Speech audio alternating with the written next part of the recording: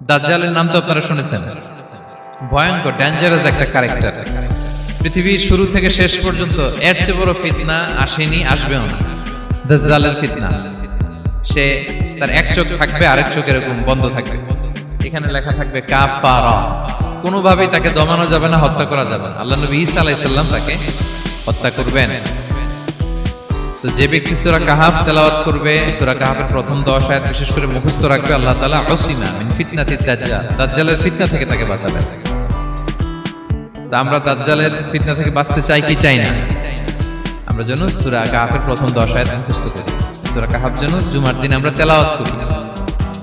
So now the question arises, what is the relationship of Suratul Kahf with Dajjal? দাজ্জালের সাথে সূরা কাহাফের রিলেশনটার কারণ কি? একটা মেকানিজম তো এখানে আছে। এত সূরা থাকতে রাসূল সাল্লাল্লাহু আলাইহি ওয়াসাল্লাম কেন বললেন যে সূরা কাহাফ পড়লে দাজ্জালের ফিতনা থেকে বাঁচবে? কারণটা কি? এর কারণ হচ্ছে দাজ্জাল আমাদেরকে যে সমস্ত জিনিস দিয়ে ফিতনায় ফেলবে, ওই ফিতনাগুলোর সলিউশন আল্লাহ তাআলা সূরা কাহাফের ভিতরে রেখে দিয়েছেন। দাজ্জাল 4টা জিনিস দিয়ে আমাদেরকে ফিতনায় ফেলবে। দ্যাটস ট্রায়াল অফ ফেথ, এক নাম্বার। ঈমানের পরীক্ষা সে আমাদেরকে ফেলবে, আমাদের বিশ্বাস নিয়ে ছিনিমিনি খেলবে সে। এটার সলিউশন আছে সূরা কাহাফ, আমি বলবো আস্তে আস্তে। 2 নম্বরে দাজ্জাল আমাদেরকে ফিতনায় ফেলবে, দ্য ট্রায়াল অফ ওয়েলথ, সম্পদ দিয়ে সে আমাদেরকে ফিতনায় ফেলবে। 3 number the trial of knowledge, জ্ঞান দিয়ে সে আমাদেরকে ফিতনায় ফেলবে। 4 number the trial of power, ক্ষমতা দিয়ে সে আমাদেরকে ফিতনায় ফেলবে। দাজ্জাল 4টা জিনিস দিয়ে আমাদেরকে পরীক্ষায় ফেলবে। কয়টা? 1 হচ্ছে ঈমানি পরীক্ষা, 2 হচ্ছে সম্পদ দিয়ে পরীক্ষা, 3 হচ্ছে জ্ঞান দিয়ে পরীক্ষা, 4 হচ্ছে ক্ষমতা দিয়ে পরীক্ষা। সে ঈমানের পরীক্ষায় আমাদেরকে ফেলবে। সে এসে বলবে আমি তোমার রব, এবং এটা প্রমাণ করার জন্য যা যা দরকার আল্লাহ তাআলা তাকে সব দিবেন। সে সব করতে পারবে। সে বলবে আমি তোমার রব। যদি বিশ্বাস না হয়, তোমার বাবাকে যদি জীবিত করে বিশ্বাস করবে, অনেকে বলবে হ্যাঁ আমার আব্বাকে জীবিত করে দেখা, তো তার বাবাকে ঠিকই সে জীবিত করে ফেলবে। আসলে শয়তান তার বাবার সূরত নিয়ে সামনে দাঁড়াবে। আরে তাই তো, এটাই তো আমার বাবা, এটাই তো আমার দাদা। মানুষ ফিতনায় পড়ে যাবে, ঈমানের ফিতনায়। সে ভাববে আসলে এটাই বোধহয় আমার রব, এবং তাকে এত ক্ষমতা দেয়া হবে, তার ডান দিকে থাকবে জান্নাত, বাঁ দিকে জাহান্নাম। তার কাছে আল্লাহ এটা দিবে। যে তার কথা শুনবে তাকে সে জান্নাতে ঢুকাবে, কিন্তু জান্নাতে ঢুকে সে জাহান্নামের শাস্তি ভোগ করবে। এটা তার বাইরের মানুষ বুঝবে না, অ্যাপারেন্টলি এটা জান্নাত। আর যে তাকে মানবে না, তাকে সে জাহান্নামে ফেলবে, কিন্তু জাহান্নামে ঢুকলেও সে জান্নাতের নাজ নেয়ামত ভোগ করবে। তাহলে এই যে ঈমানের ফিতনায় সে ফেলে দিবে আমাদেরকে। তো ঈমান কি করে বাঁচাবো, এটার সলিউশন আমি শোনাবো আপনাদের। 2 নম্বরে সে আমাদেরকে সম্পদ দিয়ে ফিতনায় ফেলবে। যার যা লাগবে সে তাই দিতে পারবে, যা লাগবে। সে যদি আকাশকে বলে আকাশ বৃষ্টি দাও, যাকে তারা মানবে ওই এলাকায় বৃষ্টি হবে, সুজলা সুফলা শস্য শ্যামলা হবে সে সমস্ত এলাকা, ফল মূলে ভর্তি হবে, বরকত আর বরকত। আর যে এলাকার লোকেরা, জনপদের লোকেরা তাকে মানবে না, সে বলবে ওখানে বৃষ্টি হবে না, হবেও না।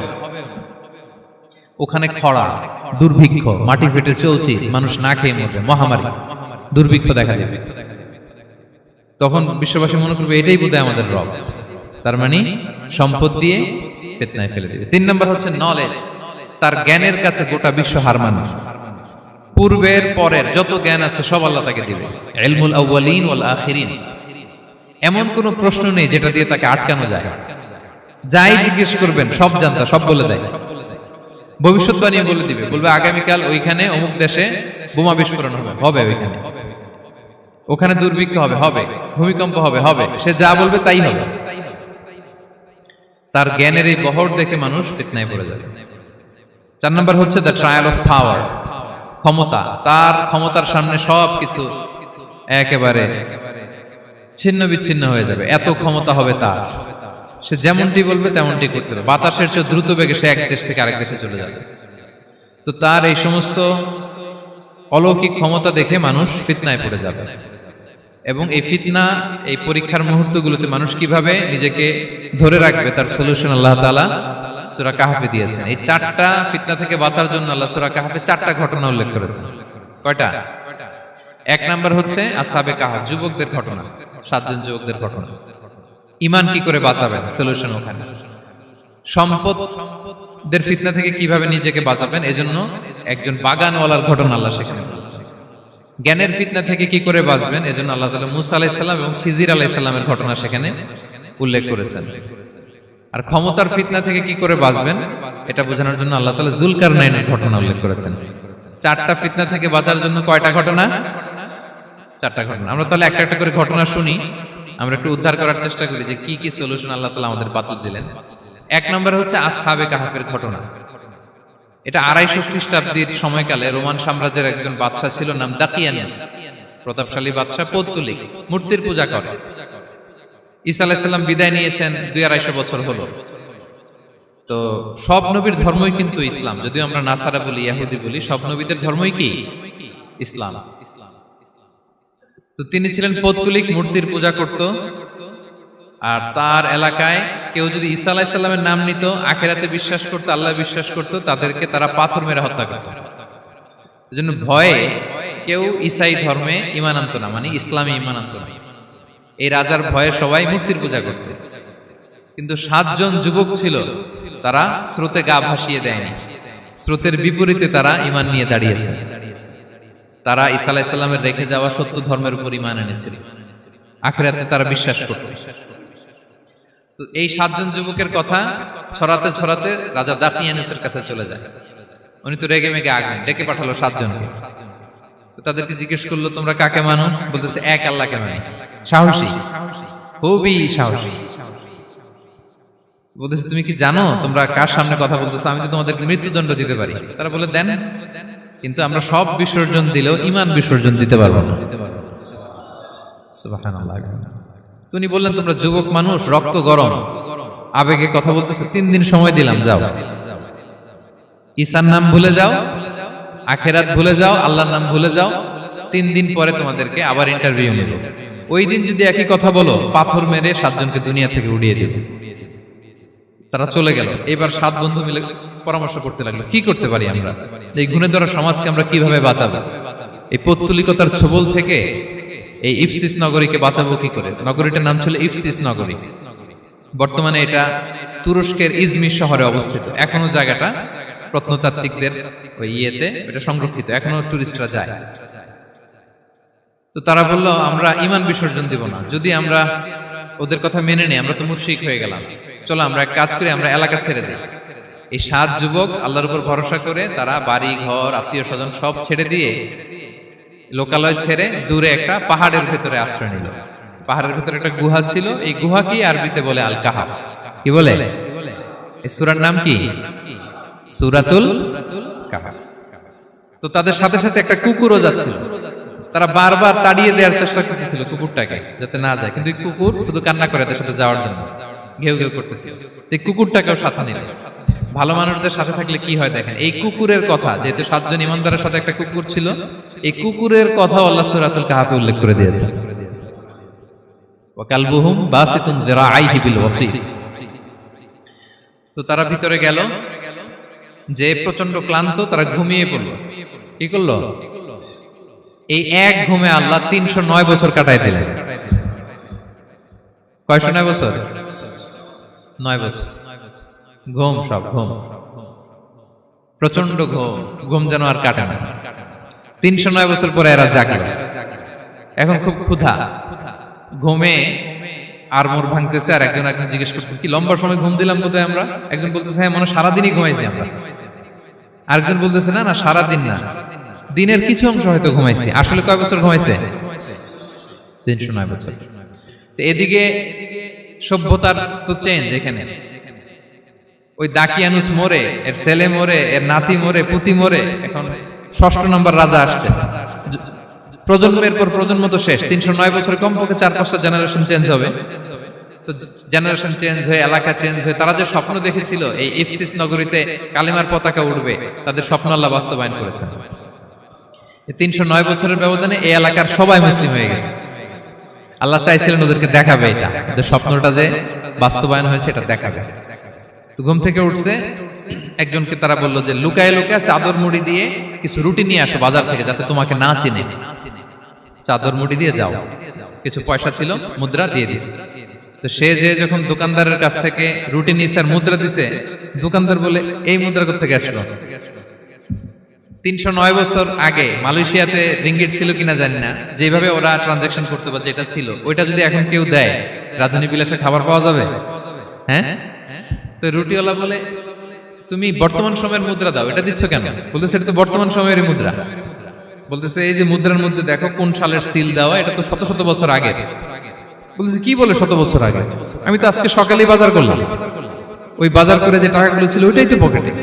বলতেছে বলে কি? নিশ্চয়ই তুমি গুপ্তধনের সন্ধান পেয়েছো, হিডেন ট্রেজার। বলো, মানে তার সাথে এদের কথাবার্তা কিছু মিলতেছে না। পরে তাকে ধরে ওই সময়কার রাজার কাছে নিয়ে গেছে। ওই রাজা আবার মুসলিম, সবাই মুসলিম তখন। সে যা বলে এরাও কেউ বিশ্বাস করে না, এরাও যা বলে এও বিশ্বাস করে না। আর এলাকা এর বাড়িঘর আসবে কোত্থেকে? এর নাতি পুতি যা আছে 5-6 পুরুষ তো মরে সবাই কবরে। তখন তার কথা শুনে সবাই অবাক। তো এটা মিলানোর জন্য তারা 309 বছর আগের দাকিয়ানুস বাদশার সরকারি যে নথিপত্র, ওই পুরাতন ছিঁড়া নথিপত্র তারা বের করলো। বের করে দেখে ঠিকই দাকিয়ানুস নামে এক বাদশা ছিল, আর অনেক শত শত বছর আগে মোস্ট ওয়ান্টেড 7 জন যুবক ছিল, যাদের ব্যাপারে এক্সিকিউশনের অর্ডার ছিল। এখন দেখে তারা অবাক। লম্বা ঘটনা আমি খুব শর্ট করে বলতেছি। পরে সবাই মিলে তাকে সহ ওই গুহায় গেল। গুহায় যাওয়ার পরে সে বাকিদেরকে ডাকতে গুহার ভিতরে ঢুকলো। আল্লাহ তাআলা 7 জনকে ওইখানে মৃত্যু দিয়ে দিলেন। চিরকালের জন্য এই 7 জন ঘুমায় পড়ল।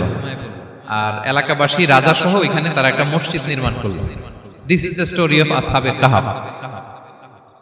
তো এলাকাবাসী যদিও মুসলিম হয়েছিল, কিন্তু আখিরাতের ব্যাপারে তাদের একটা সন্দেহ ছিল যে আসলে মানুষ মরার পরে কি আবার জীবিত হবে? মৃত্যুবরণ করার পরে আবার মানুষ জীবিত হবে? তাদের মনের মধ্যে একটা সন্দেহ ছিল যে আসলে মারা গেলে মানুষ আবার উঠতে পারে। তো তাদের এই সন্দেহ দূর করার জন্য আল্লাহ তাআলা এই 7 জনকে 309 বছর ঘুম পাড়িয়ে আবার জীবিত করলেন। সুবহানাল্লাহ বিহামদিহি। তাহলে ঈমান কিভাবে বাঁচাতে হয় এটার প্রেরণা আমরা এই 7 যুবকের কাছ থেকে পাই। এখানে যেটা আমরা শিখি প্রিয় ভাইরা, 1 নম্বর লেসন হচ্ছে আমাদের গুড কোম্পানি লাগবে, রাইটাস পিপল, মানে আমাদের সার্কেলটা ভালো হইতে হবে। তাদের 7 জনের সার্কেলটা খুব ভালো ছিল, ফলে তারা বিপথে যায় নাই এবং তারা এমন শক্ত সিদ্ধান্ত নিয়েছে যে আল্লাহ তাআলা সেটাতে বরকত দিয়েছেন, গোটা সমাজকে আল্লাহ তাআলা চেঞ্জ করে দিয়েছেন। এটা হচ্ছে 1 নম্বর লেসন। আপনি ঈমান বাঁচাতে হলে আপনার সার্কেল ভালো লাগবে। খুঁজবেন যে এলাকায় যাবেন ওখানে নামাজি সার্কেল কারা আছে, ওখানে জ্ঞানী গুণী সার্কেল কারা আছে, ওখানে ভালো কাজ করতে চায়, একে অপরকে সহযোগিতা করে, কল্যাণের পথের যাত্রী কারা আছে খুঁজতে হবে আপনাকে। খুঁজে ওই সার্কেলে আপনি যুক্ত হবে, তাইলে ঈমান বাঁচানো যাবে। ক্লিয়ার? 2 নাম্বার হচ্ছে conflict between believers and disbelievers it's universal. সত্য মিথ্যার লড়াই এটা চিরন্তন, আজীবন থাকবে। এটা ওনাদেরও ছিল, এখনো আমাদের লড়াই করে যেতে হচ্ছে, আমাদের ভবিষ্যৎ প্রজন্মও করবে। এই লড়াইটা আমরা করে যেতে চাই। কি বলেন? হ্যাঁ, থামা যাবে না? আমরা থামতে আসিনি, আমরা এই লড়াইটা করে যাব। আমরা সত্যের কথা বলেই যাব ইনশাআল্লাহ। বলেন। 3 নাম্বার হচ্ছে যে লেসনটা আমরা পাই, অনেকগুলো লেসন, আমি খুব প্রেসাইজলি বলতেছি। যুবকরা চাইলে একটা সমাজকে পাল্টে দিতে পারে। এই পৃথিবীতে যত বড় বড় বিপ্লব হয়েছে এগুলো যুবকরা এনেছে। তারা হচ্ছে সভ্যতা গড়ার কারিগর। আসহাবে কাহাফ আমাদের এই সময়ের নওজওয়ানদের জন্য প্রেরণা। তারা আমাদের জন্য প্রেরণার বাতিঘর। তারা যেমনি ঈমানকে রক্ষা করেছে, আমাদের যুবকরা চাইলেও তাদের ঈমানি চেতনাতে স্পিরিট দিয়ে সমাজটাকে পাল্টে দিতে পারে। কি বলেন? এখানে বেশিরভাগই তো যুবক। হ্যাঁ, গুড সার্কেলে থাকবেন তো আপনারা? সত্যের পক্ষে সবাই থাকবেন তো? আল্লাহ তাআলা কবুল করুন। আচ্ছা, এবার 2 নাম্বার ছিল সম্পদের ফিতনা, কিভাবে বাঁচবেন। আসহাবে কাহাফের পরে সূরা কাহাফে আল্লাহ তাআলা একজন বাগানওয়ালার ঘটনা বলেছে। 2 জন বন্ধু, একজন একটু গরিব, সে বিশ্বাসী, আরেকজন ধনী, সে অবিশ্বাসী। তাকে আল্লাহ তাআলা বিশাল বড় খেজুরের বাগান আর আঙ্গুরের বাগান দিয়েছেন, বিশাল বড়, অনেক বড় বিজনেস ম্যাগনেট। তো এই সম্পদের অহংকার সে করত। সে প্রায় তার গরিব বন্ধুকে বলতো যে তোর চেয়ে আমার সম্পদও বেশি, সন্তানও বেশি, জনবল বেশি, লোকবল বেশি, অর্থবল বেশি, সব বেশি। অহংকারে তার পা মাটিতে পড়তো না।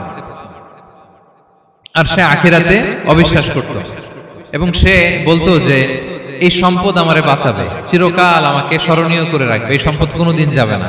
অনেক বড় বড় ধনীরা আছে, তারা এরকম মনে করে যে আমি এত বড় সিআইপি, হ্যাঁ, আমি এত বড় বিজনেস ম্যাগনেট, এই দিন বোধহয় আর চেঞ্জ হতে পারে না, আমার আজীবনই বোধহয় এত পাওয়ার থাকবে, এত সম্পদ থাকবে। এটা ভুল ধারণা। এটা কি ভুল ধারণা? এই যে তুরস্কে দুর্ভিক্ষ হইল না, আপনারা দেখছেন না যে অনেক সম্পদের মালিক বাড়ি ঘর ভেঙে রাস্তার ফকির। এখন ওই যে রিফিউজিদের জন্য যে খাবার আসছে, ওখানে লাইনে দাঁড়াইছে, কারণ এখন লাইনে না দাঁড়ালে খাবারও তো মিলবে না। 1000 কোটি টাকার মালিক ছিল, ভেঙে চুরে সব শেষ। এখন রিলিফের নেওয়ার জন্য দুস্থদের কাতারে ওখানে দাঁড়াইছে, কারণ দাঁড়াইলেই কিছু খাবার পাওয়া যাবে, খিচুড়ি পাওয়া যাবে, তা না হলে তো খাবারটাও মিলবে না। এই যে বঙ্গবাজারে আগুন লাগলো আমাদের বাংলাদেশে, 20টা-25টা দোকান ছিল অনেকের যাদের অন্যান্য বিজনেস আছে তারা হয়তো সার্ভাইভ করতে পারতেছে, কিন্তু এমন অনেক ব্যবসায়ী ছিল সব শেষ, জ্বলে পুড়ে তার টাকা পয়সা পুঁজি স্বপ্ন সব শেষ। তো ধনীকে গরিব বানাতে আল্লাহর 1 সেকেন্ডও লাগে না। ওই বিশাল প্রাসাদ থেকে টেনে ভাঙ্গা থালা হাতে দিয়ে রাস্তায় নামাইতে আল্লাহর কয় সেকেন্ড লাগে বলেন তো? 1 সেকেন্ডও লাগে না। সো এই লেসনটা কিন্তু আমাদের নিতে হবে। এবং ওই ব্যক্তির নসিবে তাই ঘটেছিল, সে যখন অহংকার করতেছিল আল্লাহ তাআলা আকাশ থেকে হুসবান একটা আগুন পাঠালেন। ওই আগুন এসে তার আঙ্গুরের বাগান, তার খেজুরের বাগান, বিশাল মাইলকে মাইল এই বাগান জ্বালিয়ে পুরো মুহূর্তের মধ্যে সারখার করে, এবং মুহূর্তের মধ্যে সে পথের ভিখারি, ফকির। এই ঘটনাটা এনে আল্লাহ তাআলা সম্পদশালীদেরকে রিমাইন্ডার দিলেন যে এই সম্পদের ফিতনায় তোমরা পড়ে যেও না। আমরা সম্পদশালী হলে বাস্তবতা অনেক সময় ভুলে যাই। সূরাতুল হুমাযাতে আল্লাহ তাআলা বলেন ইয়াহসাবু আন্না মালাহু আখলাদা, সম্পদশালীরা মনে করে এই সম্পদ আমাকে চিরকাল বাঁচিয়ে রাখবে, চিরকাল বোধহয় এই সম্পদ আমার হাতে থাকবে। না, এটা হাতের ময়লা, আজ আছে কাল নাই, যে কোনো সময় চলে যেতে পারে। এটা হচ্ছে ম্যাটেরিয়ালিস্টিক আউটলুক, বস্তুবাদী চিন্তা থেকে এই আমাদের ধনী ভাইদের এই সমস্যাটা হয়, ভোগবাদী চিন্তার প্রভাব আর কি। সম্পদ যখন হাতে থাকে ধরাকে সরাজ্ঞান করে, মনে করে যে সবই আমার কন্ট্রোলে। না, আপনারে ওই গরিবের কাতারে আনতে, ওই রিলিফের সম্পদ নেয়ার জন্য ওই লাইনে দাঁড় করাইতে আল্লাহর 1 সেকেন্ডও লাগে না। এটা খেয়াল রাখতে হবে। আমরা যখন প্রাইভেট কারে চড়ি, মাঝে মাঝে অনেকে এসে হাত পাতে, এদেরকে ছোট করা যাবে না। গল্পটা আল্লাহ ভিন্ন করতে আল্লাহর 1 সেকেন্ডও লাগে না। ওইদিকে আমি দাঁড়ায় হাত পাততাম আর উনি প্রাইভেট কারে বসে থাকতো। আল্লাহ চাইলে এরকম করতে পারতেন না? পারতেন। তো এখান থেকে আমাদের জন্য শিক্ষা হচ্ছে সম্পদ এটা ক্ষণস্থায়ী, আজ আছে কাল নাই, এটা ক্ষণস্থায়ী, এটাকে এভারলাস্টিং মনে করা যাবে না। এভারলাস্টিং হচ্ছে আখিরাত, ওয়ালাল আখিরাতু খায়রুল লাকা মিনাল উলা, আখিরাত তোমার জন্য দুনিয়ার চেয়ে শ্রেষ্ঠ। এবং আল্লাহ তাআলা দৃষ্টান্ত একটা দিয়েছেন যে দুনিয়ার জীবনটা হচ্ছে কামা, ওই পানির মতো যেটা আনজালনাহু মিনাস সামা, আকাশ থেকে নাজিল করেছি। ওই পানি ক্ষেতের মধ্যে পড়ে ফসল, ফুল ফসল হয়েছে। এরপরে যখন ফসল কাটা হয়, ওই ক্ষেত খামার এগুলো তৃণলতা হয়ে যায়, ভুসির মতো হয়ে যায়। তখন বাতাসের ঝাপটায় একবার এদিকে যায়, একবার ওদিকে যায়। অনেক লম্বা উপমা, আমি সংক্ষেপে বললাম। তো শেষ আউটপুটটা হচ্ছে এটা, সম্পদ এটা মুহূর্তেই চলে যেতে পারে। সম্পদ উপার্জন জায়েজ আছে, মুসলিমরা সম্পদ উপার্জন করতে পারবে, কোনো অসুবিধা নাই। আপনি যদি ধনী হন এটা ভালো, ফলে আপনি যাকাত দিতে পারবেন, অসহায় দুস্থদের সহায়তা করতে পারবেন, কন্ট্রিবিউট করতে পারবেন। আপনি সম্পদ হাতের মুঠোয় নেবেন, কন্ট্রোল করবেন, কিন্তু এই দিকে স্থান দিবেন না, দ্যাটস ইট, তাহলেই হবে। আমরা সম্পদ কি করতে পারবো? উপার্জন করতে পারবো, কিন্তু হৃদয়ে স্থান দিতে পারবো না। হৃদয়ে স্থান থাকবে আখিরাতের। এই মাইন্ডসেট যদি আপনি গড়ে তোলেন, তাহলে সম্পদের ফিতনা আপনি কখনো পড়বেন না। এই পয়েন্টটা কি ক্লিয়ার সবার? ক্লিয়ার। 3 নাম্বার ফিতনা ছিল কিসের ফিতনা দেখি কে বলতে পারে? প্রথমটা হচ্ছে বিশ্বাস বা ঈমানের ফিতনা, 2 নাম্বার হচ্ছে সম্পদের ফিতনা, 3 নাম্বার জ্ঞানের ফিতনা। জ্ঞানেরও কিন্তু ইলমেরও একটা গরম আছে, যার ইলম আছে তার মধ্যে এই সমস্যাটা কাজ করে। সেটার জন্য আল্লাহ তাআলা মুসা আলাইহিস সালাম, খিজির আলাইহিস সালামের ঘটনা বলেন। আমি খুব সংক্ষেপে বলবো, সময় কম। মুসা আলাইহিস সালাম হচ্ছে বনি ইসরাইলের নবী, আর খিজির আলাইহিস সালাম কেউ বলেছেন নবী, কেউ বলেছেন আল্লাহর ওলি। আসলে আরবিতে ওনার নাম খদির, আমরা বাংলায় বলি খিজির। খদির মানে সবুজ। উনি যে কোনো জায়গায় বসলে ওখানে মরা গাছ, লতা পাতা এগুলো সবুজ হয়ে যেত। অনুর্বর এলাকার উপর দিয়ে হেঁটে গেলে ওটা উর্বর হয়ে যেত। তো মুসা আলাইহিস সালাম একবার ওয়াজ করতেছেন এইভাবে বনি ইসরাইলের সামনে, খুতবা দিচ্ছেন, হঠাৎ এক লোক দাঁড়ায় বলে, ইয়া নবী আল্লাহ, মান আ'লামু ফিল আরদ, বর্তমান পৃথিবীতে সবচেয়ে জ্ঞানী কে? মুসা আলাইহিস সালাম বললেন, ফাকালা আনা, আমি। কি বললেন? উনি আসলে ভুল কিছু বলেন নাই, কারণ প্রত্যেক জামানার নবীকেই আল্লাহ তাআলা সবচেয়ে বেশি জ্ঞান দিয়ে পাঠান, কারণ তার কাছে ওহীর জ্ঞান আসে, অদৃশ্যের খবর আসে, ইলমুল গায়ব আসে। কিন্তু এই উত্তরটা আল্লাহ তাআলার পছন্দ হয় না। আল্লাহ তাআলা চাচ্ছিলেন মুসা যদি বলতো আল্লাহ তাআলাই জানে কে জ্ঞানী বা আল্লাহই সবচেয়ে জ্ঞানী, এরকম হলে ভালো হতো।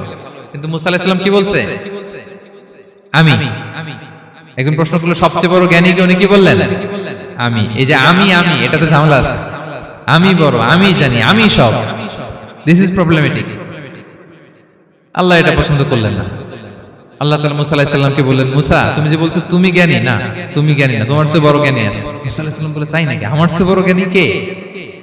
তো আল্লাহ তাআলা বললেন, ইযহাব ইলা মাজমাইল বাহরাইন, দুই সাগর বা দুই নদীর মিলনস্থলে যাও, ওখানে আমার এক বান্দা আছে তোমার চেয়েও জ্ঞানী।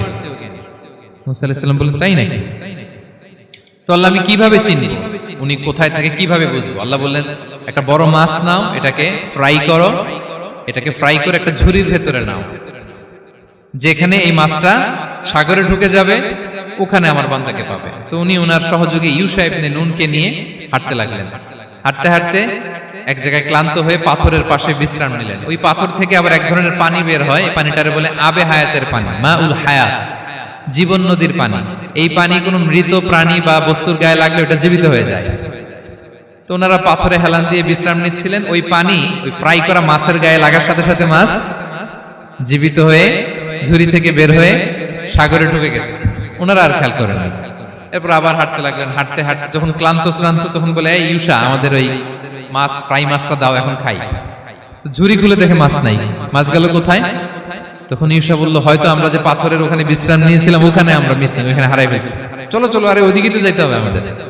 উনি গেলেন, যে দেখে মাছ যে জীবিত হয়ে বালুর দিকে নাড়াচাড়া করতে করতে সাগরে ঢুকে গেছে, ওখানে দাগ আছে। মুসা আলাইহিস সালাম ঢুকলেন সুরঙ্গ, ঢুকে দেখে চাদর গায়ে দিয়ে এক লোক শুয়ে আছে। সালাম দিলেন, আসসালামু আলাইকুম। ওই লোক চাদর আর সরায় না, ভিতর থেকে বলতেছে, ওয়া আলাইকুম আসসালাম। তো চাদরের ভিতর থেকে উনি বলে, মান আন, তুমি কে? মুসা আলাইহিস সালাম বললেন, আনা মুসা, আমি মুসা। উনি বলেন, মুসা বনি ইসরাইল, বনি ইসরাইলের মুসা? বললেন, হ্যাঁ। কেন এসেছো? এবার চাদর খুললেন, বলতেছে, আপনার কাছ থেকে কিছু শিখতে আসছি। আল্লাহ বলছে, আপনি নাকি সবচেয়ে বড় জ্ঞানী।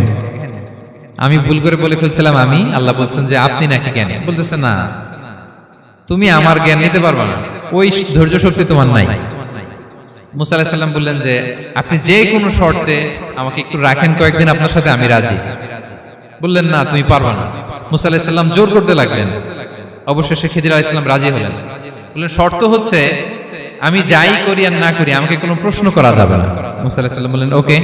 সফর শুরু হলো। সামনে নদী, এক লোক তাদের নৌকা দিয়ে নদী পার করায় দিল। নদী পারাপারের পর খিজির আলাইহিস সালাম লাঠি দিয়ে নৌকার তলাটা ছিদ্র করে দিলেন। মুসা আলাইহিস সালাম বললেন, ইন্না লিল্লাহি, এটা আপনি কি করলেন? ওরা আমাদেরকে নদী পার করে দিল, আর যে ভাড়াটা আসছিল এটাও নিল না, আমাদেরকে সম্মান দেখালো, আপনি নৌকা ছিদ্র করে দিলেন। খিজির আলাইহিস সালাম বলছে, এই যে আমি বলছিলাম না তুমি ধৈর্য ধারণ করতে পারবে না, যাও, তোমার রাস্তায় তুমি, আমার রাস্তায় আমি। মুসা আলাইহিস সালাম আবার ক্ষমা চাচ্ছেন যে আপনি আমার ক্ষমা করেন, আমি তো ভুলে গেছি, আর প্রশ্ন করবেন না। চলতে লাগলেন। হঠাৎ বাচ্চারা খেলতেছে, এক বাচ্চাকে ধরে হত্যা করলেন খিজির আলাইহিস সালাম। এবার তো মুসা আলাইহিস সালাম রেগে গেছে, আপনি করলেনটা কি? একটা নিষ্পাপ ফুলের মতো শিশুকে হত্যা করলেন। খিজির আলাইহিস সালাম বলে, এই যে আমি জানতাম যে তুমি ধৈর্য ধারণ করতে পারবে না, তোমার রাস্তা এক, আমার রাস্তা এক, যাও। এবার মুসা আলাইহিস সালাম করজোর করতেছে যে this is the last chance, একটা ফাইনাল চান্স দেন, একটা সুযোগ দেন, আর আমি প্রশ্ন করব না, এটাই লাস্ট। বলেন, ওকে, ঠিক আছে। হাঁটতে হাঁটতে এক ইহুদি বসতির সামনে যে হাজির, দুজনই খুব ক্ষুধার্ত, খাবার চাইলো, এরা আবার কৃপণ, খাবার দিল না। তো খিজির আলাইহিস সালাম বললেন, ঠিক আছে, খাবার যেটা দিচ্ছেন আমরা চলে যাই। যাওয়ার পথে দেখতেছে এই এলাকার একটা দেয়াল ভেঙে পড়ে যাবে। তিনি বললেন, মুসা চলো এটা ঠিক করে দেই। দুইজন মিলে প্রচন্ড ক্ষুধায় এটা সেটা এনে দেয়ালটা তৈরি করতেছে। মুসা আলাইহিস সালাম তো এমনি রাগী, পেটে আবার ক্ষুধা, আবার বলছে কিছু বলাও যাবে না। তিনি এবার আর প্রশ্ন করেন, বলতেছে ওরা এত কিপটামি করলো আর আপনি এটা করে দিলেন, আপনি তো চাইলে এটা টাকা নিতে পারতেন, পারিশ্রমিক নিতে পারতেন চাইলে। এই কথা বলার পর খিজির আলাইহিস সালাম বললেন, হাযা ফিরাকু বাইনি ওয়া বাইনি, এখানেই তোমার আর আমার সেপারেশন, আর সামনে আগানো যাবে না, তোমার কোনো ধৈর্যই নাই। তো এতটুকু তোমাকে আমি বলি যে আমি একটাও আল্লাহর আদেশ ছাড়া করি নাই, আল্লাহর আদেশে আমি করেছি। কি? এক নম্বর হচ্ছে ওই যে আমাদের ভাড়া নিতে চাইলো না, আমাদেরকে পার করে দিল, নৌকাটা ছিদ্র করেছি কারণ এই এলাকায় একজন জালিম বাদশা আছে, সে নৌকা পেলেই গরিব মাঝিদের নৌকা সিজ করে নিয়ে যায়। তো এটাকে যখন তলায় ছিদ্র করে দিছি, এই রাজার লোকেরা এসে দেখবে যে এটা তলা ছিদ্র, পানি ঢুকতেছে, এটা নিবে না, ওরা পরে সামহাও এটা রিপেয়ার করে চালাইতে পারবে। মুসা আলাইহিস সালাম বলে সুবহানাল্লাহ, তাই তো, এটা তো আমি বুঝতে পারি নাই। আর ওই ছোট শিশুটাকে হত্যা করছি, ও অনেক বড় জালিম হবে এলাকা, তার ফিতনায় এলাকাবাসী তটস্থ থাকবে, সে তার মা বাবাকেও জাহান্নামে নেবে। এজন্য আল্লাহ তাআলা আদেশ দিয়েছেন আমাকে, আল্লাহর আদেশে আমি তাকে হত্যা করেছি। মুসা আলাইহিস সালাম বললেন তাই তো, এটা তো অনেক ভালো কাজ করছেন। তাইলে তো বলতেছে তাহলে ওইটা বলেন, খাবারও দিল না, এত কৃপণ, এদের দেয়াল কেন ঠিক করতে গেলেন আপনি? তখন তিনি বললেন যে আসলে এটা একটা ইয়াতিমদের ঘর ছিল, দুইটা ইয়াতিম শিশু, তাদের বাবা মা খুব ভালো ছিল, আর এই দেয়ালের নিচে আছে গুপ্তধন, এই দেয়ালটা পড়ে যাবে, এই গুপ্তধন তারা ছোট মানুষ নিতে পারবে না, এলাকাবাসী তাদেরকে বঞ্চিত করে নিয়ে যাবে। আমি দেয়াল গড়ে দিলাম যাতে করে তারা যখন প্রাপ্তবয়স্ক হয় নিজেদের সম্পদ নিজেরা বুঝে নিতে পারে। সুবহানাল্লাহ বিহামদিহি। মুসা আলাইহিস সালাম বলে তাই তো, এগুলো তো আমি বুঝতে পারি নাই। তো এই ছিল খুব সংক্ষিপ্ত পরিসরে মুসা আলাইহিস সালাম খিজির আলাইহিস সালামের ঘটনা। তো রাসূল সাল্লাল্লাহু আলাইহি ওয়াসাল্লাম বুখারীতে একটা চমৎকার কথা বলেছেন, তিনি বলেছিলেন ওয়াদিদনা আন্না মুসা সাবার হাত্তা ইউকাসসা আলাইনা মিন আমরিহিমা। রাসূল সাল্লাল্লাহু আলাইহি ওয়াসাল্লাম বলেছিলেন ইস, আমার ভাই মুসা যদি আরেকটু ধৈর্য ধরতো তাহলে আরো কিছু অজানা তথ্য আমরা জানতে পারতাম। এখান থেকে, এই ঘটনা থেকে আমরা কি শিখলাম? প্রথম যেটা আমরা শিখলাম, জ্ঞান নিয়ে বড়াই করতে নেই, ঠিক কিনা? জানার কোনো শেষ নেই, জাননেওয়ালার উপরও জাননেওয়ালা আছে, জ্ঞানীর উপরও জ্ঞানী আছে। আপনি কিছু জেনেই মনে করবেন না আমি সব জানি, আপনার চাইতেও বেশি জ্ঞানী অনেকে আছে। অনেক সময় বক্তার চাইতেও শ্রোতারা অনেক জ্ঞানী। হয়তো এখানে এমন অনেক জ্ঞানী লোক আছে যার ধারে কাছেও আমরা কেউ নেই, হতে পারে। সো আমি সব জানি, এটা ভুল, এটা শয়তান বলে। এটা কে বলে? শয়তান বলে। আবু নাওয়াস একটা কবিতা লিখেছেন, ওয়াকুল লিমান ইয়াদঈ ফিল ইলমি ফালসাফাতান হাবাসতা শাইআন ওয়া গাবাত আনকা আশিয়াউ। কেউ যদি বলে আমি সব জানি, তুমি তাকে বৃদ্ধাঙ্গুলি দেখিয়ে বলো আপনি কিছুই জানেন না, আপনি অল্প কিছু জেনেছেন, জানার এখনো অনেক বাকি। তাহলে মুসা আলাইহিস সালামের এই ঘটনা জিজ্ঞেস করা হলো কে জ্ঞানী, উনি বললেন আমি জ্ঞানী। এরকম কি আমরা কখনো বলবো? না। সবচাইতে বড় জ্ঞানী কে? ওয়া ফাওকা কুল্লি যী ইলমিন আলিম। সবচাইতে বড় জ্ঞানী আল্লাহ তাআলা। সো জ্ঞান নিয়ে আমরা অহংকার করব না। দুই নম্বর যে শিক্ষাটা আমরা পাই, ওই যে নৌকা দিয়ে পারাপার হচ্ছিল, তখন একটা চড়ুই পাখি এসে সাগরের মধ্যে মুখ দিয়েছিল। তো খিজির আলাইহিস সালাম বললেন মুসা, তুমি কি চড়ুই পাখিটা দেখতে পাচ্ছ? হ্যাঁ দেখতে পাচ্ছি। চড়ুই পাখিটা যে সাগরে মুখ দিলে দেখতে পাচ্ছ? হ্যাঁ দেখতে পাচ্ছি। তখন খিজির আলাইহিস সালাম বললেন চড়ুই পাখিটা সাগরে মুখ দিয়ে পানি খাওয়ার পরে চড়ুই পাখির ঠোঁটে বা চঞ্চুতে যতটুকু পানি লেগে আছে, এই পানিটা হচ্ছে তোমার, আমার এবং মহাবিশ্বের আমাদের সকলের জ্ঞান। আর এই মহাসাগরের সকল পানি হচ্ছে আল্লাহ তাআলার জ্ঞান। আল্লাহ তাআলা বলেছেন ওমা উতিতুম মিনাল ইলমি ইল্লা কালিলা। আমি তোমাদেরকে একেবারে অল্প জ্ঞান দিয়েছি, একেবারে অল্প। এই রহস্যে ঘেরা এই মহাবিশ্বের অনেক কিছু আমাদের অজানা। প্রিয় ভাইরা, আমরা অনেক কিছু জানি না, আমাদের এই লিমিটেড নলেজে এগুলো ধরে না, তারপর আমরা জ্ঞানের বড়াই করি। আপনারা উপমাটা বুঝতে পারছেন? একটা নৌকা থেকে চড়ুই পাখি ঠোঁট দিয়ে পানি খাচ্ছে, পানি খাওয়ার পরে স্বভাবতই চড়ুই পাখির ঠোঁটে একটু পানি তো লাগবে। খিজির বললেন যে এই পানিটা হচ্ছে তোমার, আমার, পৃথিবীর সবার জ্ঞান, আর এই সাগরের বাকি পানিগুলো কার জ্ঞান? এবার বুঝতে পারছেন আল্লাহ তাআলার জ্ঞানের পরিধি।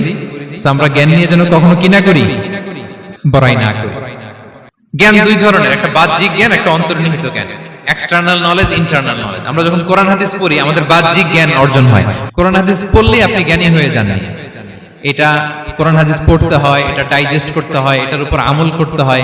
এই জ্ঞান অর্জন শেষে এরপরে আল্লাহর প্রিয় বান্দাদেরকে আল্লাহ অন্তরে ইলমের নূর দেন, ইলহাম দেন। That is the knowledge, that is the pure knowledge. আপনি হাফেজে কোরআন হয়ে ভাবেন না আপনি সব জানেন, আপনি বুখারী মুখস্থ করে ভাবেন না সব জানেন। এই সব জ্ঞান অর্জন করার পরে ইলমের নূর হাসিল হয়, সেটা আল্লাহ সবারে দেয় না।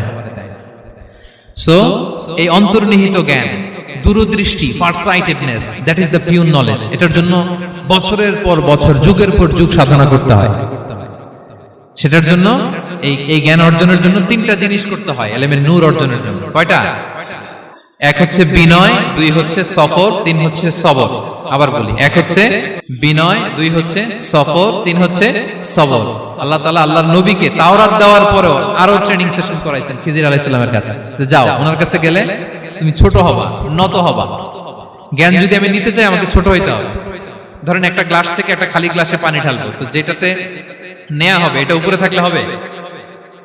যে গ্লাসটার মধ্যে পানি আছে এটা উপরে থাকবে, ওইটা ব্ল্যাঙ্ক গ্লাসের মধ্যে পড়বে। আপনি নলেজ ইলম নিতে চাইলে আপনাকে নিচে থাকতে হবে, উনি উপরে থাকবেন। আপনার শায়েখ আপনাকে দিবে, আপনার উস্তাদ আপনাকে দিবে, আপনার মুর্শিদ আপনাকে দিবে। বুঝতে পেরেছেন? তাহলে আমাদেরকে হাম্বলনেস লাগবে, শিখতে হইলে হাম্বল হইতে হয়, বিনয়ী হইতে হয়। আচ্ছা, 2 নাম্বার সফর করতে হয়। এটা আল্লাহ মুসা আলাইহিস সালামকে দিয়ে করাইছেন, যাও পিছে পিছে উস্তাদের পিছে পিছে ঘুরো। তো এজন্য সফর করতে হয়। এখন ঘরে বসে অনেক কিছু জানা গেল, উস্তাদের সান্নিধ্য লাগে, সফর করতে হয়। আমাদের ক্লাসিক আলেমরা হাদিস কালেকশনের জন্য শহরকে শহর সফর করতেন। এখনো আমাদের আলেমরা দেওবন্দে যায়, মিশরে যায়, মদিনায় যায়। এখানকার মালয়েশিয়ান স্টুডেন্টরা দেশে বিদেশে যে নলেজ অর্জন করে। সফর আপনাকে লাগবে। তাহলে বিনয়, সফর, 3 নম্বরে কি? সবর। ধৈর্যশীল হইতে হবে। দেখেন মুসা আলাইহিস সালাম বারবার প্রশ্ন করে ফেলতেছেন, বারবার ওয়াদা ভঙ্গ করতেছেন। এরকম করলে হবে না, ধৈর্য লাগবে। ধৈর্যের বলে বলিয়ান হলে তখনই আপনার মধ্যে ইলম আসবে। তাহলে জ্ঞানের ফিতনায় পড়ার আর আমাদের কোনো সম্ভাবনা আছে? আমরা বিনয়ী হব, আমরা জ্ঞান আল্লাহর দিকে ফিরাই দেব, আমরা বলবো উনি সবচেয়ে ভালো জানেন। পারা যাবে তো ইনশাআল্লাহ? আচ্ছা, আমি একেবারে শেষ পর্যায়ে চলে আসছি, 2 মিনিটের মধ্যে শেষ করে দিচ্ছি। 3 নাম্বার ছিল কিসের ফিতনা? 4 নাম্বার ক্ষমতার ফিতনা। এই ফিতনা থেকে বাঁচার জন্য সর্বশেষ আল্লাহ তাআলা যুলকারনাইনের ঘটনা বলেছেন। অনেক বড় বাদশা ছিলেন, পৃথিবীতে 4 জন বাদশা গোটা বিশ্ব শাসন করেছেন। 2 জন কাফির, 2 জন মুমিন। কাফির একজন হচ্ছে নমরুদ, যিনি ইব্রাহিম আলাইহিস সালামকে আগুনে ফেলেছিলেন। আরেকজন হচ্ছে বখতে নাসার, যাকে ইংরেজিতে বলে নেবুচারনেজার দ্য সেকেন্ড, দ্বিতীয় নেবুচারনেজার। তারা কোনো নির্দিষ্ট এরিয়ার বাউন্ডারির বাদশা না, গোটা বিশ্বের বাদশা ছিলেন। এই 2 জন কাফির। আর 2 জন বাদশা ছিলেন গোটা বিশ্বকে শাসন করেছেন, তারা ছিলেন মুমিন। একজন হচ্ছে সুলাইমান আলাইহিস সালাম, আল্লাহর নবী। আরেকজন হচ্ছে যুলকারনাইন, গোটা বিশ্ব শাসন করেছেন, প্রাচ্য থেকে পাশ্চাত্য সব জায়গায় তিনি গিয়েছেন, ইসলামের বাণী প্রচার করেছেন, জালিমদেরকে শায়েস্তা করেছেন। তো এরকম দিক বিদিক তিনি জয় করতেছিলেন। অনেকে যুলকারনাইনকে আলেকজান্ডার দ্য গ্রেটের সাথে গুলিয়ে ফেলে না। ম্যাসিডোনিয়াতে যে আলেকজান্ডার দ্য গ্রেট ছিল, উনি আর যুলকারনাইন এক নন। যুলকারনাইন হচ্ছে আল্লাহ তাআলার প্রিয় একজন বান্দা, অনেক বড় সাহসী বীর পুরুষ ছিলেন, গোটা বিশ্বে ইসলাম প্রচার করেছেন। করতে করতে করতে করতে অনেক বড় ঘটনা, আমি সব শেষের ঘটনাটা বলি। উনি জর্জিয়া, বর্তমান যে জর্জিয়ার তিবলিসি এরিয়া, এখানে এসে একটা এলাকার সন্ধান পেলেন, যারা ওনাকে এসে বলল যে এখানে একটা জঙ্গলি গ্রুপ আছে যাদের নাম ইয়াজুজ মাজুজ, তারা এসে আমাদের উপর হামলা করে। হে যুলকারনাইন, আমরা আপনাকে ট্যাক্স কালেক্ট করে দিচ্ছি, আপনি তাদের মাঝে আর আমাদের মাঝে একটা প্রাচীর তৈরি করে দেন। আপনারা ইয়াজুজ মাজুজের নাম শুনেছেন না? ইংরেজিতে বলে গগ ম্যাগগ। নূহ আলাইহিস সালামের 4 সন্তান ছিল, হাম, সাম, ইয়াফাস, কানাআন। এই ইয়াফাসের বংশধর হচ্ছে ইয়াজুজ মাজুজ, জঙ্গলি, হাজার হাজার শুধু বংশ বিস্তার করে। তারা এসে লোকালয়ে মানুষের উপর আক্রমণ করে, তাদের গবাদি পশু এগুলো ছিনিয়ে নেয়, ফলমূল খেয়ে ফেলে। তো যুলকারনাইন বাদশার কাছে যখন বিচার দেওয়া হলো, উনি বললেন ঠিক আছে, তোমাদের ট্যাক্স দেয়া লাগবে না, তোমরা শারীরিক পরিশ্রম করে আমাকে সাহায্য করো। তো উনি বর্তমানে হচ্ছে এক পাশে কৃষ্ণ সাগর, ব্ল্যাক সি, আরেকদিকে কাস্পিয়ান হ্রদ বা কাস্পিয়ান সাগর, এর মাঝখানে 1200 কিলোমিটার লম্বা মাউন্টেন রেঞ্জ, পাহাড়ি এরিয়া। আপনারা গুগলে দেখবেন।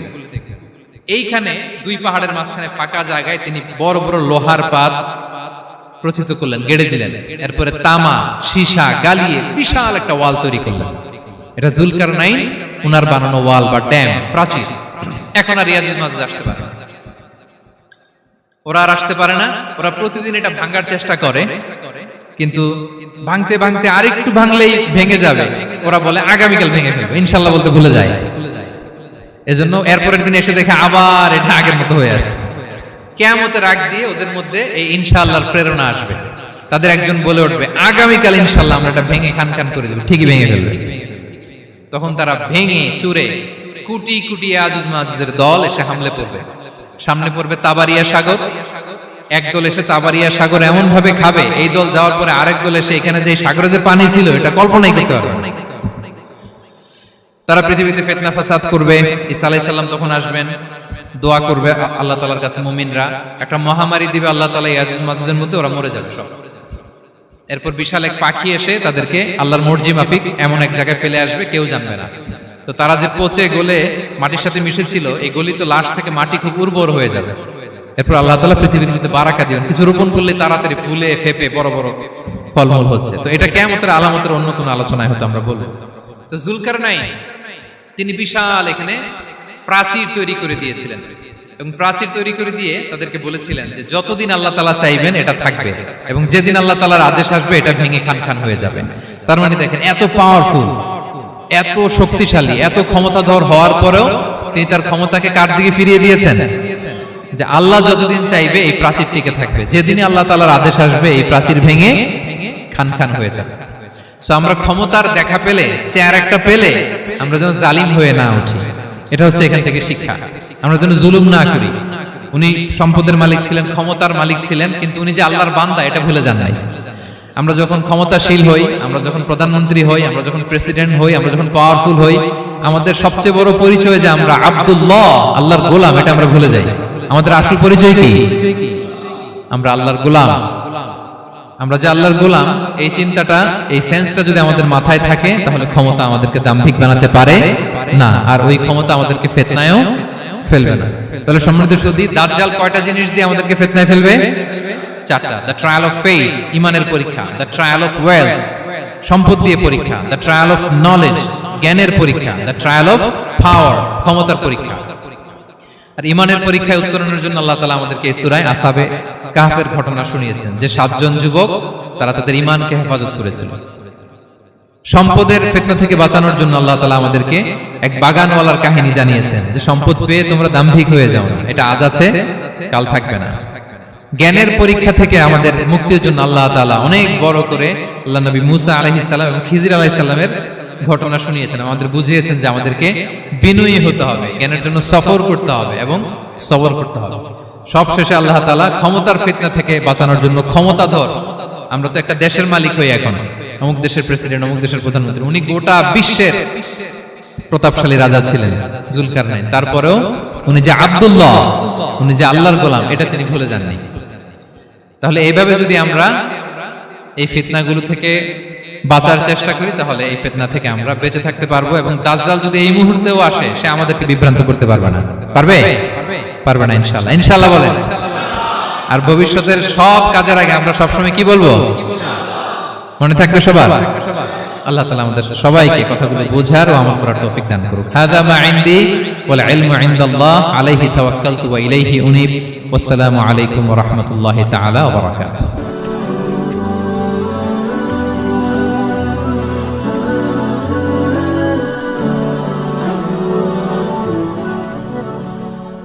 আল্লাহু আল্লাহু তুমি জানলে জালালহু, শেষ করা তো যাই না গে তোমার গুণগান। আসসালামু আলাইকুম ওয়া রাহমাতুল্লাহি তাআলা ওয়া বারাকাতুহু। نحمده ونصلي على رسوله الكريم أما بعد فأعوذ بالله من الشيطان الرجيم بسم الله الرحمن الرحيم أم حسبت أن أصحاب الكهف والرقيم كانوا من آياتنا عجبا صدق الله العظيم رب اشرح لي صدري ويسر لي أمري واحلل عقدة من لساني يفقه قولي আল্লাহ রাব্বুল ইজ্জা ওয়াল জালালের দরবারে শুকরিয়া জ্ঞাপন করছি যে আল্লাহ তাআলা আমাদেরকে কোম্পানিগঞ্জ নোয়াখালী অ্যাসোসিয়েশনের উদ্যোগে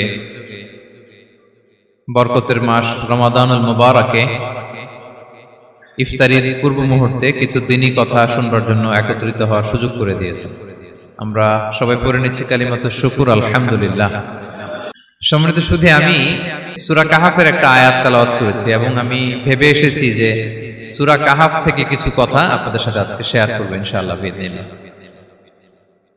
সূরা কাহাফের যে লেসন গুলো আছে, দ্য কি লেসনস ফ্রম সূরা আল কাহাফ বা দ্য প্রাইম লেসনস ফ্রম সূরা আল কাহাফ, এটা আপনাদের সাথে আমি শেয়ার করব ইনশাআল্লাহ বিইذنিল্লাহ। সূরা কাহাফ এটি মাক্কি সূরা, মক্কায় নাজিল হয়েছে এটা কোরআনের একেবারে মিডলে অবস্থিত, 15 পারায়, কোরআনের 18 নম্বর সূরা। আপনারা অনেকে দেখে থাকবেন যে সূরা কাহাফের মধ্যে একটা শব্দ আছে ওয়ালিয়াতালাত্তাফ। যারা কোরআন পড়েছেন দেখে থাকবেন, না দেখলে আজকে বাসায় যে দেখবেন একটা শব্দ আছে ওয়ালিয়াতালাত্তাফ। দেখবেন কোরআনের মধ্যে এই শব্দটা বোল্ড করা, মোটা কালি দিয়ে লেখা, bold. This is the middle of the holy Quran. এটা কোরআনের একেবারে মাঝখানে এই শব্দটা। এর আগে যত আয়াত তার পরে ঠিক তত আয়াত। সুবহানাল্লাহি বিহামদিহি। This is the middle of the holy Quran, এবং এটা সূরা কাহাফের মধ্যে আছে ওয়ালিয়াতালাত্তাফ শব্দটা আপনারা দেখবেন। এবং এই সূরাটা নবুয়তির ৫ম বৎসরে নাজিল হয়েছিল, আবিসিনিয়াতে হিজরতের পূর্বে। তখন সাহাবীদের উপর, নমুসলিম সাহাবাদের উপর কঠিন অত্যাচার চলতেছিল, ভয়ঙ্কর ধরনের অত্যাচার। তো এই সূরাটা নাজিল করে আল্লাহ তাআলা ওনাদেরকে সান্ত্বনা দিলেন এবং বুঝাতে চাইলেন এই অত্যাচার, এই জুলুমের শিকার শুধু তোমরাই হচ্ছ না, এর আগেও হয়েছে অনেকে। 7 জন যুবক ছিল রোমান সাম্রাজ্যে, তারা তাদের ঈমান বাঁচানোর জন্য এরকম কষ্টের শিকার হয়েছিল, এবং তারা যে স্বপ্ন দেখেছিল সেই স্বপ্ন আল্লাহ তাআলা বাস্তবায়ন করেছেন। তো এই ঘটনাগুলো শুনিয়ে বেসিক্যালি মক্কার যে নও-মুসলিম সাহাবারা তাদেরকে আল্লাহ তাআলা সান্ত্বনা দিচ্ছিলেন যে ফ্রাস্ট্রেটেড হওয়ার কিছু নেই। ওয়ালা তাহিনু ওয়ালা তাহজানু ওয়া আনতুমুল আ'লাউনা ইন কুনতুম মুমিনিন। হতাশ হবে না, চিন্তিত হবে না, বিজয় তোমাদেরই হবে যদি তোমরা মুমিন হও, যদি তোমরা বিশ্বাসী হও, তোমাদের ঈমানের দাবিতে যদি তোমরা সত্যবাদী হও। এই সূরাটা নাজিলের একটা প্রেক্ষাপট আছে। মক্কার কুরাইশরা কোনোভাবেই যখন রাসূল সাল্লাল্লাহু আলাইহি ওয়াসাল্লামকে দমাতে পারছিল না, তখন তারা প্ল্যান করলো যে আমরা মদিনাতে যে মদিনার ইহুদিদের কাছ থেকে কিছু জেনে আসি। কারণ মক্কাবাসীদের নবী, রাসূল, ওহী, আখিরাত এগুলোর ব্যাপারে কোনো ধারণা ছিল না। তো ফলে তারা কুরাইশরা নজর ইবনে হারিস এবং উকবা ইবনে আবি মুঈত এই দুইজনকে পাঠালো, তোমরা মদিনায় যাও, মদিনায় ইহুদিরা থাকে, ইহুদিদের কাছে তাওরাত নাজিল হয়েছিল। They have idea regarding prophets and আখিরাত, আখিরাত কি, নবী কি, এগুলোর আইডিয়া তাদের আছে। তো তাদের দুইজনকে পাঠালো যে তোমরা যে তাদের জিজ্ঞেস করো যে আমাদের জ্ঞাতি ভাইদের মধ্যে থেকে একজন তো নবী দাবি করে, সে কি আসলে নবী কিনা, আমরা কিভাবে বুঝবো? তো যেই চিন্তা সেই কাজ, তারা গেল মদিনাতে, মক্কা থেকে মদিনায়, যে খুলে বললো যে আমাদেরই এক ছেলে, আমাদেরই এক লোক বয়স 40 হওয়ার পর থেকে বলে আমি নবী, আমার কাছে ওহী আসে, আল্লাহ আমার কাছে বাণী পাঠায়, আর তিনি আমাকে বাণী বাহক করে পাঠিয়েছেন তোমাদের কাছে। এটা আসলে সত্য কিনা, আমরা একটু কনফিউশনে আছি। তো ইহুদিরা বলল তোমরা যে তাকে 3টি প্রশ্ন করবে, যদি উত্তর দিতে পারে বুঝবে সত্য নবী। 1 নম্বরে জিজ্ঞেস করবে যে মুহাম্মদ বলো তো আসহাবে কাহাফ কারা, আসহাবে কাহাফ সম্পর্কে তোমরা কি জানো? যে সূরাটার নাম সূরাতুল কাহাফ। কাহাফ মানে হচ্ছে কেই, গুহা, মানে গুহাবাসী। 7 জন যুবক এই গুহার ভিতরে আশ্রয় নিয়েছিল ঈমান বাঁচানোর জন্য। মুহাম্মদ তুমি যদি সত্য নবী হও বলো এই ঘটনাটা কি। 2 নম্বরে তাকে জিজ্ঞেস করবে জুলকারনাইন বাদশা সম্পর্কে কি জানে, সে কিছু জানে কিনা। 3 নম্বর তাকে জিজ্ঞেস করবে মা হুয়া রূহ, রূহ কি, যে রূহটা দেহে ঢুকলে মানুষ নড়ে চড়ে, প্রাণবন্ত একটা অ্যানিমেশন থাকে, এটা বের হয়ে গেলে সে ডেড বডি, লাশ হয়ে পড়ে থাকে। What is the origin of রূহ, স্পিরিট। এই 3টা প্রশ্নের উত্তর যদি জানে তাহলে আসলেই সে সত্য নয়। তারা এসে জিজ্ঞেস করলো মুহাম্মদ বলো আসহাবে কাহাফ কারা, বলো জুলকারনাইন কে, বলো রূহ কি। এই 3টা প্রশ্নের উত্তর যদি করতে পারো তাহলে বুঝবে তুমি সত্য নবী। রাসূল সাল্লাল্লাহু আলাইহি ওয়াসাল্লাম বললেন ঠিক আছে যাও, আগামীকাল উত্তর বলে দেব। তিনি ইনশাআল্লাহ বলতে ভুলে গেলেন। রাসূল সাল্লাল্লাহু আলাইহি ওয়াসাল্লামের ধারণা ছিল প্রতিদিনই তো জিবরাইল কোরআনের আয়াত নিয়ে আসে, তো তারই ধারাবাহিকতায় আগামীকাল আসবে, আমি জিজ্ঞেস করে নিব এই 3টা প্রশ্নের উত্তর। তারপরের দিন সবাই এসে হাজির, কিন্তু জিবরাইল আলাইহিস সালাম আসেনি। রাসূল সাল্লাল্লাহু আলাইহি ওয়াসাল্লাম একটু বিব্রতকর পরিস্থিতিতে বললেন। তারা বলল তুমি তো আজকে অ্যাপয়েন্টমেন্ট দিয়েছো, ডেট দিয়েছো, বলো উত্তর বলো। রাসূল সাল্লাল্লাহু আলাইহি ওয়াসাল্লাম বলল আজকে না, আগামীকাল বলে দিলাম। রাসূল সাল্লাল্লাহু আলাইহি ওয়াসাল্লাম ইনশাআল্লাহ কথাটা আর মনে করতে পারতেছেন না। এরপরের দিনও তারা এসে হাজির, কিন্তু রাসূল সাল্লাল্লাহু আলাইহি ওয়াসাল্লাম উত্তর দিতে পারতেছেন না। তারপরের দিন এভাবে পিছাচ্ছেন, রাসূল সাল্লাল্লাহু আলাইহি ওয়াসাল্লাম ডেট দিচ্ছেন না। এভাবে 1 দিন 2 দিন 3 দিন না, 15 দিন। কয় দিন? এদিকে তো এই প্রশ্নের উত্তর জানার জন্য এখন 1 2 জন আসে না, দলে বলে কাফিররা আসে। কারণ রাসূল সাল্লাল্লাহু আলাইহি ওয়াসাল্লামকে এখানে অপমান করা যাচ্ছে, ছোট করা যাচ্ছে, হেয় করা যাচ্ছে। তারা এসে হাসাহাসি করে। আবু বকর, ওমর রাদিয়াল্লাহু আনহুকে বলে দেখো তোমরা না বলছো সত্য নবী, উনি সত্য নবী হলে তো প্রথম দিন উত্তর দিয়ে দিতে পারতো, পারে না কেন? এটা থেকে বোঝা যাচ্ছে তিনি আসলে মিথ্যাবাদী।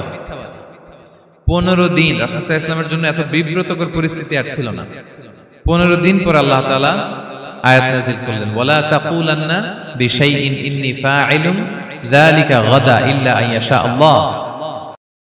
অর্থাৎ হে নবী, ভবিষ্যতের কোনো কাজে যখন ওয়াদা দিবেন, কমিটমেন্ট করবেন, আপনি আইয়াশা আল্লাহ মানে ইনশাআল্লাহ বলা ছাড়া কখনো দিবেন না।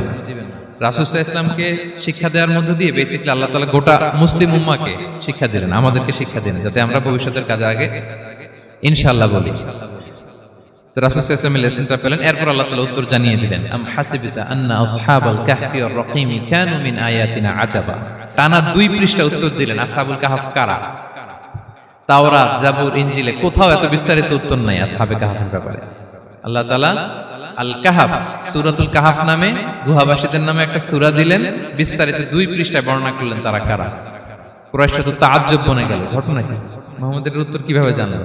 সে তো কারো কাছে পড়ে নাই, লেখে নাই, এই দেশের বাইরেও কোথাও যায় নাই। দ্বিতীয় প্রশ্ন ছিল যুলকারনাইনকে আল্লাহ আয়াত নাযিল করলেন, ওয়াসআলুনাকা আন যিলকারনাইন কুল সাআতলু আলাইকুম মিনহু যিকরা। টানা আল্লাহ তাআলা প্রায় 1.5 পৃষ্ঠা, 1 পৃষ্ঠারও বেশি যুলকারনাইনের ঘটনা শোনালেন। আর রূহের কথা শোনালেন সূরা আল ইসরাতে, ওয়াসআলুনাকা আনির রূহ কুলির রূহু মিন আমরি রাব্বি ওয়া মা উতীতুম মিনাল ইলমি ইল্লা কালিলা। রূহ এটা আল্লাহর স্পেশাল একটা অর্ডার, আল্লাহর আদেশে এটা ঢুকে আল্লাহর আদেশে বের হয়, এটা কেউ ছুঁতে পারে না, ধরতে পারে না, দেখতে পারে না, এটা আল্লাহর পক্ষ থেকে একটা মিরাকেল। 3টা প্রশ্নের উত্তর যখন আল্লাহ তাআলা দিয়ে দিলেন, রাসূল সাল্লাল্লাহু আলাইহি ওয়াসাল্লাম তাদেরকে সাবলীল ভাষায় শুনিয়ে দিলেন, তারা অবাক হয়ে গেল। এইটা হচ্ছে সূরাতুল কাহফ নাজিল হওয়ার প্রেক্ষাপট। এরকম একটা সিচুয়েশনে নবুয়তির 5ম বছরে আল্লাহ তাআলা এই সূরাটা নাজিল করেছেন। এই সূরার কিছু ফজিলত আছে। রাসূল সাল্লাল্লাহু আলাইহি ওয়াসাল্লাম জুমার দিনে এই সূরাটা আমাদেরকে তেলাওয়াত করতে বলেছেন। আপনারা তেলাওয়াত করেন তো? সূরা কাহফ যদি জেনে না থাকেন আজকে থেকে করবেন। রাসূল সাল্লাল্লাহু আলাইহি ওয়াসাল্লাম বলেছেন যে জুমার দিনে যে এই সূরা কাহফ তেলাওয়াত করবে, মান ক্বারা সূরাতাল কাহফি ফি ইয়াউমিল জুমআতি আদাআ লাহু মিনান নূরি মা বাইনাল জুমআতাইন। 2 জুমার মাঝখানে আল্লাহ তাআলা এই জুমার সময়টাকে তার জন্য আলোকিত করে দেয়। কি করে দেয়? আলোকিত করে দেয়। একটা নূর তার জন্য সেট করে, এই নূর তাকে হেদায়েতের পথে অবশিষ্ট রাখে। এটা হচ্ছে একটা। তাহলে জুমার দিন আমরা সূরা কাহফ তেলাওয়াত করব, মনে করি এটা সুন্নাহ। জুমার দিনের সুন্নাহগুলোর মধ্যে থেকে একটা সুন্নাহ হচ্ছে সূরা কাহফ তেলাওয়াত করা। আবার আরেকটা হাদিসে রাসূল সাল্লাল্লাহু আলাইহি ওয়াসাল্লাম বলেছেন, মান হাফিযা 10 আয়াতিন মিন আউয়ালি সূরাতিল কাহফি উসিমা মিন ফিতনাতিদ দাজ্জাল। যে ব্যক্তি সূরা কাহফের প্রথম 10 আয়াত মুখস্থ করবে, সে দাজ্জালের ফিতনা থেকে মুক্তি পাবে। ভিডিওটি ভালো লাগলে লাইক, শেয়ার এন্ড সাবস্ক্রাইব করবেন। আসসালামু আলাইকুম।